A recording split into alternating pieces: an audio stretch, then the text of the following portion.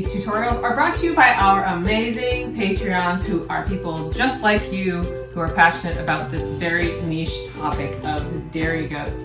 A big welcome to our latest Patreons, Robin, Anatevka Farms, and Spotted Acres. Also, if you are interested in our herd, please do watch to the end. I have a special announcement. Well, I like to base my tutorials on the questions I get most, and recently I've been asked a lot about using electronic IDs, also known as EIDs or microchips, for your goats. So first of all, let's just start at the beginning. What is an EID? This little beauty is literally a microchip that can be used in the base of a goat's ear, right or left, you get to choose, or in the tail web of a goat. You can see that each one comes individually sealed. It looks like a big shot. These are actually very micro, they're very tiny.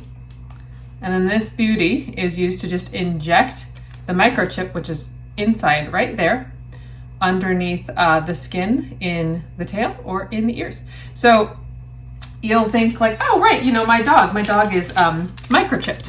And it is very, very similar to that. The technology is obviously the same. The difference is with a dog's microchip, you are using that as a way of helping your dog get home should they get lost. Now, the purpose of an EID is to link that ID with the individual registration or identification of an animal, and also to be used for tracking that animal where they originated from. So as opposed to, let's say, scanning a microchip so that you can find out the phone number of an owner of a dog, an EID in a goat is used to give them a specific number that is linked to some other part of their identification. For us in the American Dairy Goat Association, that is going to go on to their registration paperwork and be on that official blue certificate you get back for that animal. The second question, the one that I know when I first heard about EIDs, I hoped was, can this replace tattoos? Does this replace the requirement of putting tattoos in my goat's ears? Because those are so difficult and they can be very hard to get right, keep readable over the years, etc. Unfortunately, at the time of this video going out, the EIDs are not a replacement to a tattoo. They can only be in addition to a tattoo. So ear tattoos or tail web tattoo are still a requirement here. There are some cool things about having an EID. So you're saying, well, if I still have to do the tattoos, why would I even bother with these EIDs? One reason to include an EID in addition to a tattoo is, let's say you are taking this animal to a show and you win, and the judge needs to confirm the identity of the goat by reading the tattoos. If the tattoos are only partially legible, they can go to that EID number as a backup form of identification, as long as that number is on that animal's registration certificate. Now, the other way that this can come up is if you do linear appraisal. One of the first things the appraiser does before even scoring your animal is looking in the ears for its tattoos.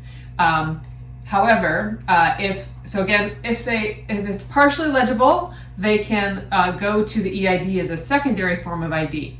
However, if there is no evidence of a tattoo at all, not even one pinprick, they cannot use the EID. So I learned that the hard way this year. There was a doe in our herd who I knew had an EID, so I didn't bother checking her tattoos before linear appraisal day, and she had never been tattooed by the herd I purchased her from, and I'd never noticed. Although she had an EID, it did not qualify and she could not be scored that day. The next step is you're going to say, well, where do I get these EIDs? Can I just go down to my feed store? That would be convenient, but no, it's a little bit more complicated than that, and there are a few hoops to jump through. That said, you can jump through them pretty quickly. you want to go to microchipidsystems.com. This is a totally trusted, reliable site. Do not go on eBay and try to get knockoff chips. You will waste a bunch of money and be really disappointed that you did that. Now, when you go over to their site and start looking at which chip you should get, know that you need to get the 840 chip. When you go to this page on their website, you're going to see that it requires 2 pieces of information that you might not have yet. For goats, you need to have a premise ID, and you also need to have a flock, also known as a scrapie ID. We need both of these things to be able to apply for and buy microchips. Now the first, the scrapie ID, I guess that was the second, but the scrapie ID program is a link to the scrapie eradication program. Thankfully, right now, at least where we are, scrapies is not a big problem in goats yet. Let's try to keep it this way. If you sell goats out of state or are planning on selling goats out of state, you maybe already do have your scrapie ID herd number. You are maybe already part of this program, and it's good. I would just recommend anybody who has dairy goats and is planning on selling or traveling across state lines to go to shows, you're going to need to be part of the scrapie program. It's no big deal. What you want to do is just Google it, and your state will have its own individual contact information. I know for me here in Oregon, it was a 1-page document to fill out, and I believe they got me back my scrapie ID number the same day or the very next day. It's not some kind of big expensive program, but they do give me my unique number for my herd, and that is needed for both these microchips and also for selling goats out of state, which we do a lot. Okay, now the other thing you're going to need is that premise ID. I went to the webpage on the microchipidsystems.com, and it said, call us if you need either of these numbers. I called, and they were able to connect me with getting a premise ID. And again, I think I got it almost right away, if not same day. I got that very quickly. Once I have those 2 pieces of information, premise ID and scrapie ID, now I can actually buy my microchips. So if you do decide to start using EIDs in your herd, one of the challenges is that they are not something you can see. There's nothing visible on the animal that tells you that that goat has an electronic ID in their ear or tail. It is your responsibility, if you want to start using EIDs, to have your own reader. So if I go to a show or on appraisal day, it's my responsibility to have my ID reader charged and ready to go and at hand for that judge or appraiser to use to scan my animal. So even if you do start going the route of microchips, you've got to also invest in the reader. I have the Pocket Hero, which only reads one type of chip. It wouldn't be good if I was a veterinarian's office and needed to scan a variety of brands and styles of chips. This is only good for the types of chips that we use, but that makes it more affordable, and it is very light. It charges with a USB cable and holds a charge for a really long time. So be sure to have your own chip reader. So we've got the buck here that we're inserting EID into, and we're not actually going to be inserting it into the ear. We're going to be doing it into the flesh at the base of the ear. And we like to do all of ours on the left, so we always know where to find them. So not our left, but the buck's left ear.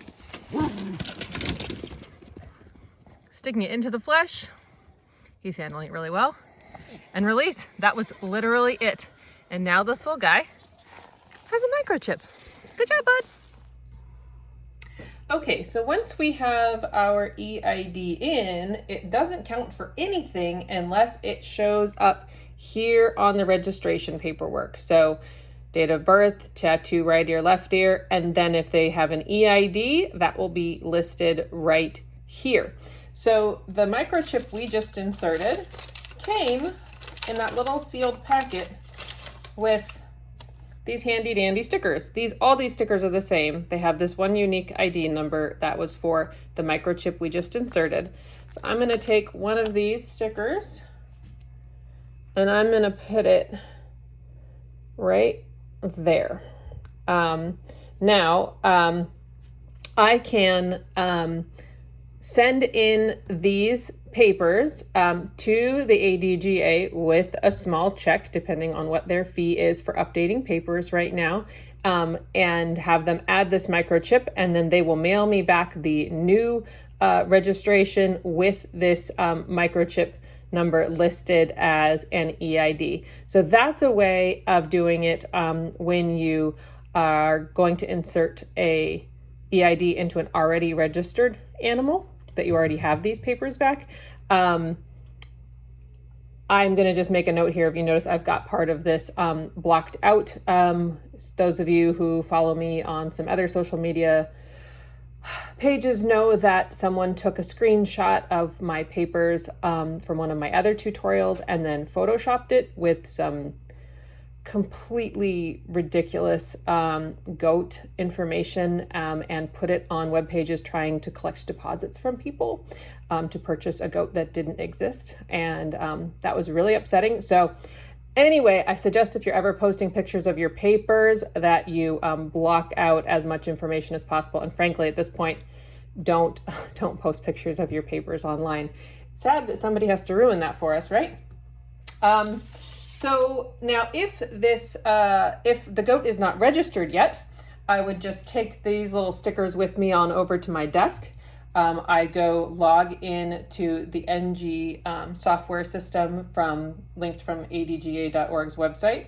And then when I go to register that kid online in the identification portion, I would select yes to EID and then type in this number. And then when I get their certificate, it will already have the EID listed. I've already registered this animal. You can also log in and select the edit registration option, and you can edit it right there in NG's database, and then request new papers. So keep in mind that even if you do it this way, or if you update it on their database first, either way, you still have to mail in the original blue sheet to get a new fresh one back that has the EID listed. And now for my special announcement. Our reservation list for our 2023 kidding season is now open. And I'm doing something a little bit different this year.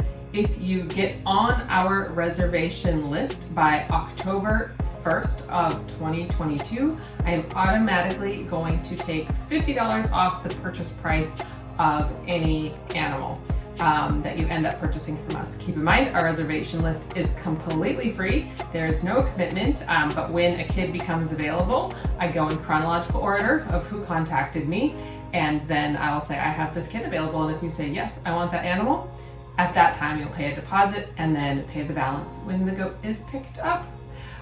If you're watching this in 2025, I have no idea what I'm up to, so go ahead and check on out our website. But if you're interested in having some of our genetics, please check out twinpairfarm.com.